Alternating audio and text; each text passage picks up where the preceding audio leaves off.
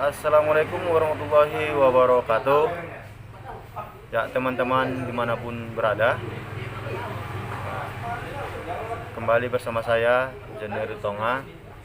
Di sini saya akan mengulas sedikit ya pengalaman dari beberapa senior tentang penyebab subscriber berkurang ya. Di sini saya akan mengulas ada beberapa yang saya temukan penyebab subscriber berkurang. Yang pertama adalah ada yang melakukan unsubscribe.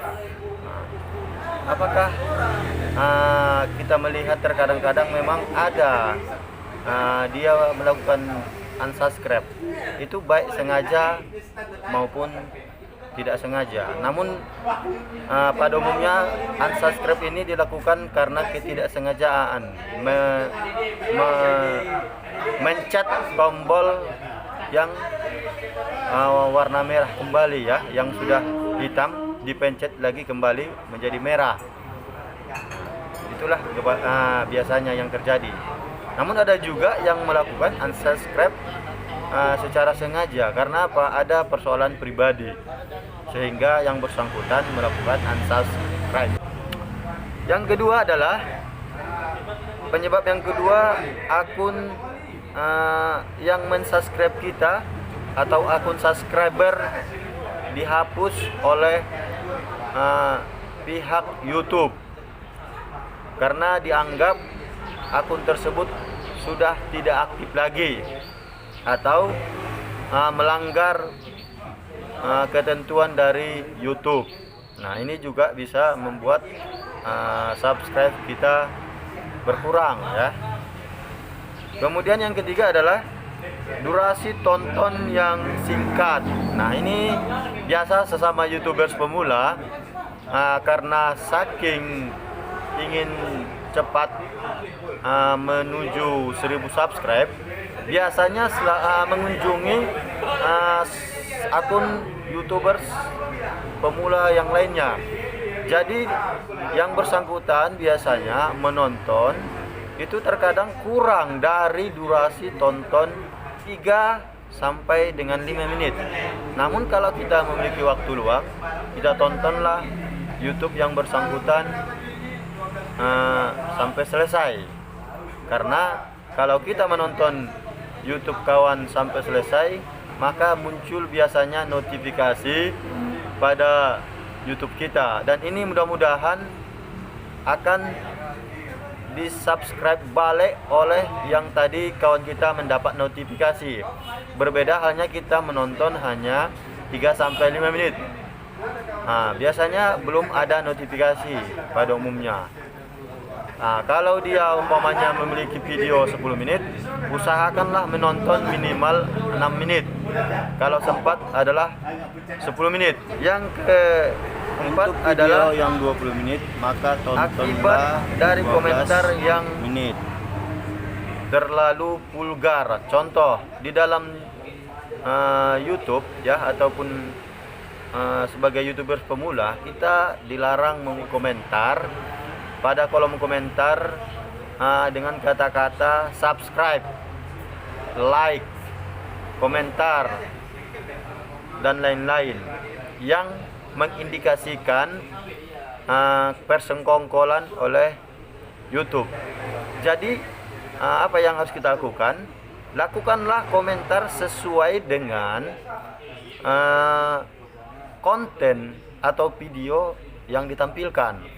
Contoh, apabila orang melakukan masak-memasak, lakukanlah hal-hal yang mengarah komentar tentang masak. Ya minimal kalaupun kita kurang paham tentang memasak, ucapkanlah kalimat-kalimat yang umum seperti mantap masakannya Kak. Seperti itu. Itulah dia ucapan yang bagus. Jadi kalau kita ucapkan umpamanya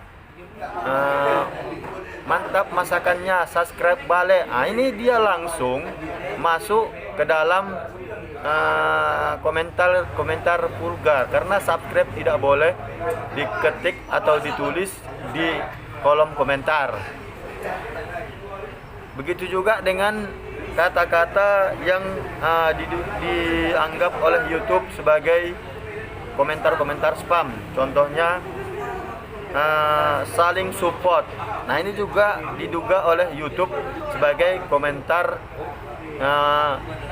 spam, ya, saling support. Kemudian si merah dihitamkan. Nah, ini juga tentu oleh YouTube tidak ada hubungan dengan masak-memasak atau mancing atau konten tentang pemandangan yang indah. Nah, ini tentu juga tidak ada hubungannya. Maka YouTube menginginkan komentar itu sesuai dengan konten, ya kawan-kawan. Ya, sesuaikanlah komentar dengan komentar dengan konten, ya.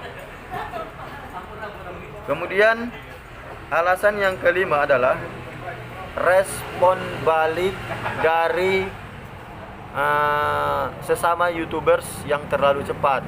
Ini biasanya begitu kita mensubscribe orang, kemudian mengkomentarinya serta paket lengkap, ya, maka dalam waktu 1 kali 24 jam atau bahkan maaf cakapnya ada yang 1 jam langsung respon balik.